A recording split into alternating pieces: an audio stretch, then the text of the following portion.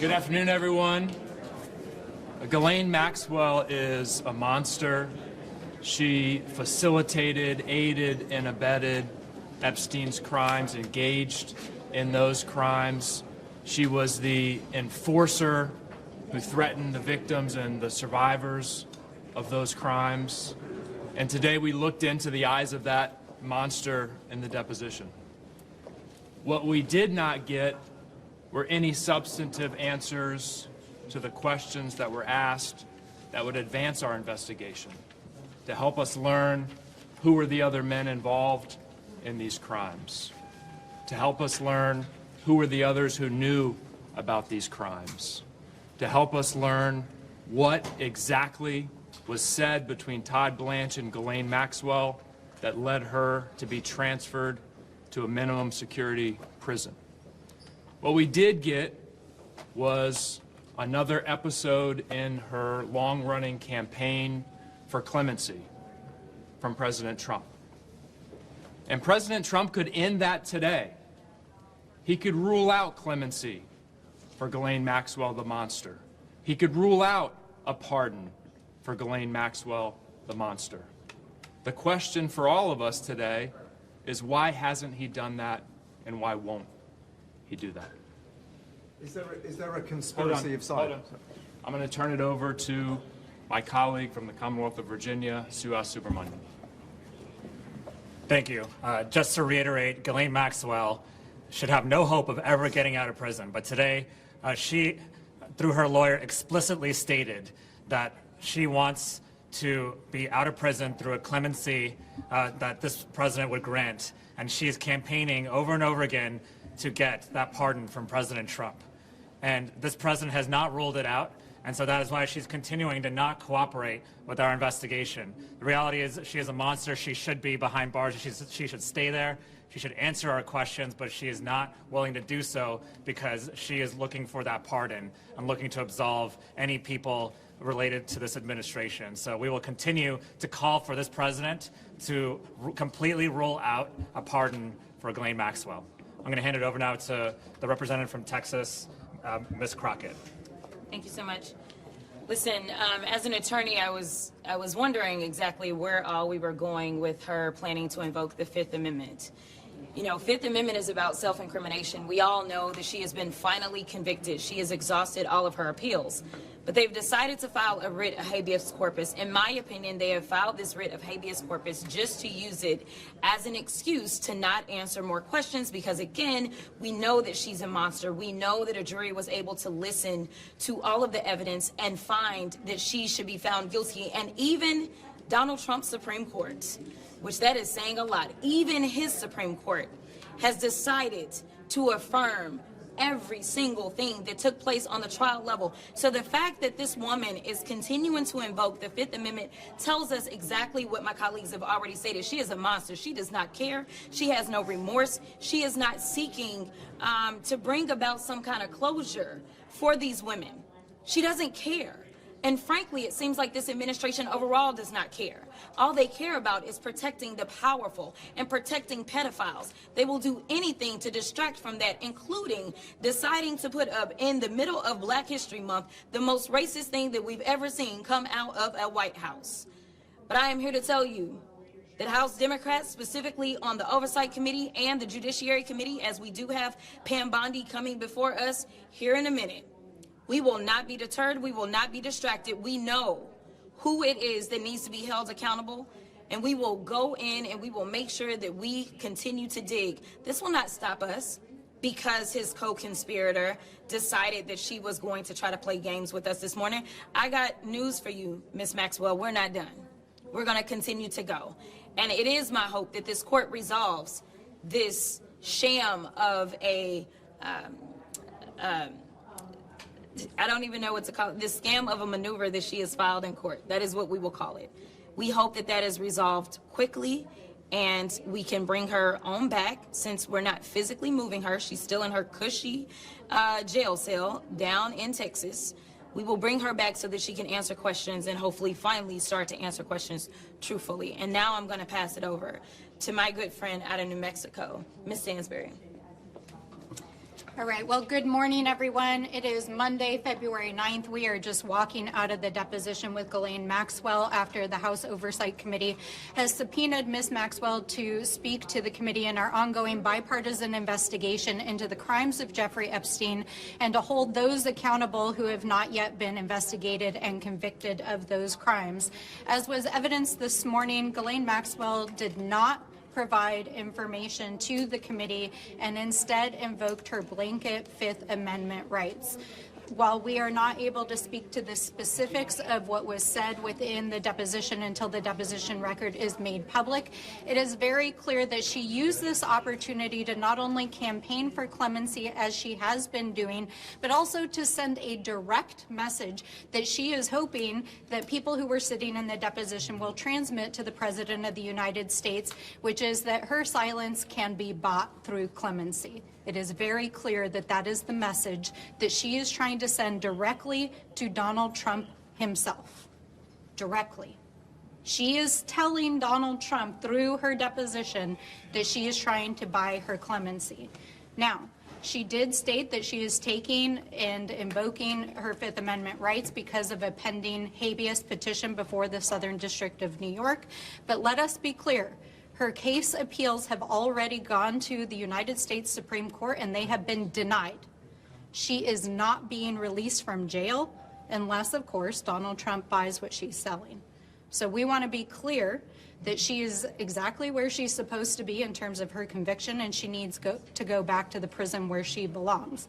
Now, we have a lot of questions for Ms. Maxwell with regards to what actually happened in Epstein's affairs, who was directly involved in the sex trafficking, money laundering, and influence peddling scheme that she and Jeffrey Epstein were involved in, how Donald Trump was involved and whether or not he committed any crimes himself, as did his many associates who are named in the Department of Justice files.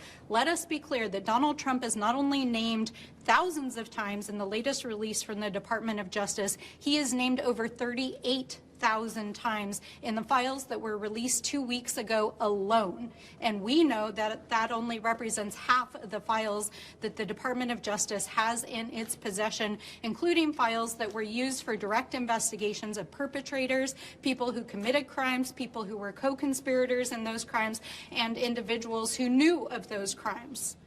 We know that there are multiple administration officials, including Howard Lutnick, Elon Musk, who served as the appointee for the DOJ efforts in the White House. We know that the Secretary of Navy. We know that Steve Bannon. We know that there are more than 36 associates, family members, and individuals directly associated with Donald Trump named in those files. Now, there are now at least 9 or 10 other countries across the world that have opened investigations or forced their leaders to step down because of their mere association with Jeffrey Epstein. And the United States government is engaged in an active cover-up of the largest sex trafficking scandal and influence peddling scandal in the history of the United States, and Donald Trump is right at the center of it. And the person who is living to provide the evidence, who knows what is going on, is trying to invoke the Fifth to buy her clemency. So let's be clear on what we saw here today. This was an effort to essentially try to secure her pardon by keeping her mouth shut. And we will not allow this silence to stand. It was announced late last week that the Department of Justice would allow members of Congress to view the unredacted files of the files that have been released, and many of us will head to the Department of Justice today to look at the memos and internal documents of the Department of Justice that were removed from the website, to understand why names of survivors were unmasked and why and who the Department of Justice is shielding as they have redacted files that include perpetrators and co-conspirators. And with that, we will stand for questions. Can you talk about if there was a conversation around Howard Lutnick, for example? I know Comer said he didn't want to disrupt the other 5 depositions that they have scheduled, but I don't know how even just trying to speak to Comer would disrupt the other 5. So I wonder if you could help us understand. With regards to this deposition, or with regards to any future deposition with Howard Lutnick or some of the others that you described? The committee is keeping an ongoing list of individuals we would like to subpoena. It's really important for folks to understand that in order for us to subpoena anybody, the majority has to consent.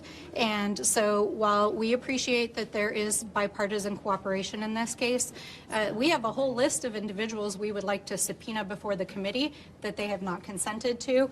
Of course, we would like to speak to Secretary Lutnick, and I personally believe that Mr. Lutnick needs to step down immediately. Ma'am, Can I just get what clarity? is your He's message blocking to Lutnick? what is your message to survivors amid this sort of wall of silence that we've seen today from Ghislaine Maxwell? Our message to survivors is that we are here to bear witness, to fight for justice, and to fight for convictions. Yeah, I mean, we're standing with them. We have been in communication with those survivors that are really, there are a certain number of survivors that are really more involved than others, and they are standing for their fellow other survivors. They're out front. We are standing with them, and we are telling them that we're not going to back down, which is why we're very clear about the fact that, yes, this took place today, and basically Ghislaine was like, I'm not going to participate, but we're not going to stop. You know, there were those that thought we would stop when we were able to get the discharge petition done. There were those that thought we were going to stop when it didn't seem like we had the votes once we finally got that done. I mean, the House Speaker shut the House down so that we would not go there, right? And now that they have violated the law, because this is actually in law, we are not stopping. So I want people to understand that House Democrats, we are going to be on their asses. Like, that's just the reality. And what is your message to President Trump in that case? Same thing.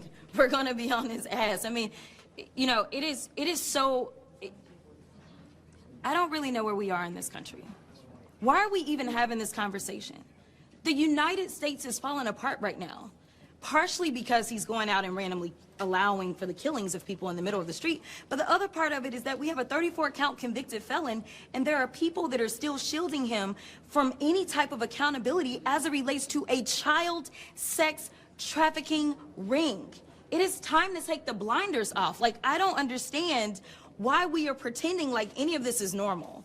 And I think that that is the level of frustration that so many people are bringing, whether you're a Democrat, Republican, or independent, specifically to the Epstein file situation. Because right now we know that they were willing to try to throw the Clintons in prison for not showing up, yet they won't even allow us to bring other people into committee who we know are mentioned in these files and mentioned so much more. When we went through the hearing as it relates to the Clintons, I said, listen, we know that Donald Trump's name is mentioned more. Bring him in too. Like, I'm not saying that this should be partisan. This should be whoever. I want to be clear about that. This, for the Democrats, this isn't partisanship. This is about right versus wrong. I just want to say, with respect to the survivors, I spoke with a survivor this morning. Many of them are on Capitol Hill today at the Judiciary Committee hearing. And what I said to her is, what we need is for members of Congress, Democrats and Republicans, to show just a tiny bit of the courage that the survivors have shown. If we can find it, if our Republican colleagues can find just a little bit of courage, when the survivors have demonstrated incredible courage throughout this ordeal, we can make progress and get the transparency they're asking for. Can I just ask, the Epstein files could possibly bring down a British Prime Minister. Why do you think that is happening there, but it's hardly politically hurting an American president? Well, I think it's important to note that right now the Congress is controlled by Donald Trump's allies. And our Speaker of this House preferred to keep the House of Representatives shut for more than 40 days so that we could not advance the Epstein Files Transparency Act. He is being actively shielded by members of his own party, whereas in other countries, including the UK, members of parliament are demanding accountability. And that is why our plea is to the American people. We need to hold these people accountable. And my message to Donald Trump is, we're coming for you. We are not moving on. I'd like to ask you just a couple of things. First of all, about the demeanour of Ghislaine Maxwell. What did she say? How did she look? Can I also ask, we've heard from your committee before that you want to hear from the former Prince Andrew and from Peter Mandelson. Do you think there are questions for the broader British royal family, King Charles? Yeah, Ghislaine Maxwell was once again unrepentant. She was very robotic. And, you know, she was not at all remorseful about pleading the fifth today. I think, again, this is all strategy for her to try to get a pardon from President Trump, and she has never shown any remorse for the victims in this entire case. And the As it royal relates family, to the royal family. so as it relates to that part, I think that we want to speak to anyone who has information. Now, again, being an attorney, it's been quite frustrating that the Department of Justice has continued to hold files against the law and against the subpoenas, right? But what you would normally do is you would start with the evidence. So it's a matter of us taking a look at the evidence and trying to see who it is that is involved in this very tangled web. I think that we should speak to anybody, even if that means that we go that high. Now, do I have any evidence to suggest that there's anything there at this moment? Not necessarily, but I do want to see everything, and I will be clear about this. When we had our large roundtable where we talked to so many survivors, they did say that this has impacted high levels of government across the world, not just in England. They talked about multiple other countries. And so for us, we want to follow this because for all I know, we know that Epstein is gone, but does it mean that the ring is gone? Because of the sophistication in the way that this was set up, we need to make sure that we're not only fortifying our democracy here, but we need to make sure that there's not some cabal that is operating currently and still engaging in this type of behavior. And I think that is why it's so important that these survivors have come forward in this moment, because we don't know that it's not continuing to go on right now. We just know that Epstein is gone. We know that Maxwell is gone. But it wasn't just the two of them. And I think that that is why it is important that we review those files. And anyone that we feel like is involved, based on the files, based on the evidence, we feel like they need to come forward and speak to us. So we're going to take two more questions. One. So Congressman Biggs came out and said that Maxwell's lawyer said that she had no indication that either President Trump or President Clinton were implicated in any wrongdoing. Wondering if you'd confirm that you heard that, but also how you evaluate that statement given some of the comments you're making about her clemency plea. And we'll take your question and then we'll answer and wrap up. I just wanted to ask what you all make of Congressman Comer's back and forth with the Clintons on closed-door tape deposition versus public testimony, and if you're worried that this might derail what's going on right now and lead Republicans back to pursuing contempt. Yeah, on the Clintons and Trump, she did say that she is happy to talk on the record to confirm that there was no wrongdoing on their part. I think that is part of her campaign, again, to get a pardon and get support from both parties. That's why she's mentioning Clinton, too, as well. But they were very explicit on saying she'd love to talk on the record to absolve the Clintons and Trump. I'd say about the back and forth part of things, Secretary Clinton made it clear.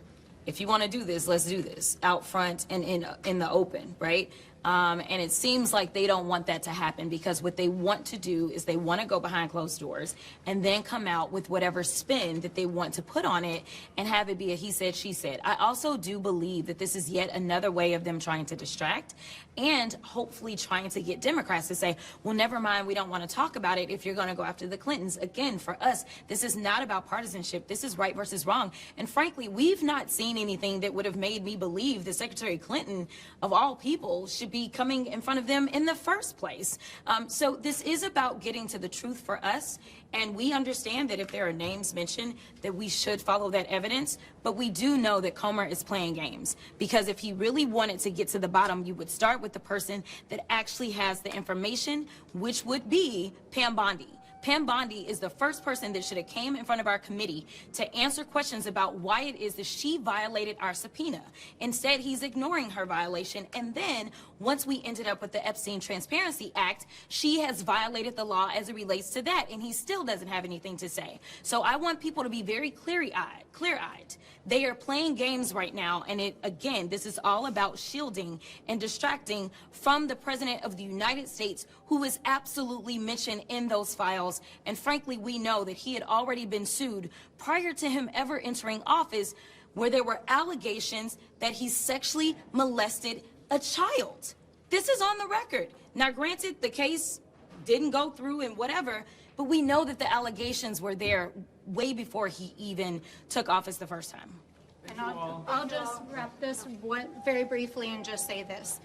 The Clintons are cooperating. There are no grounds whatsoever at this point for any kind of contempt motion.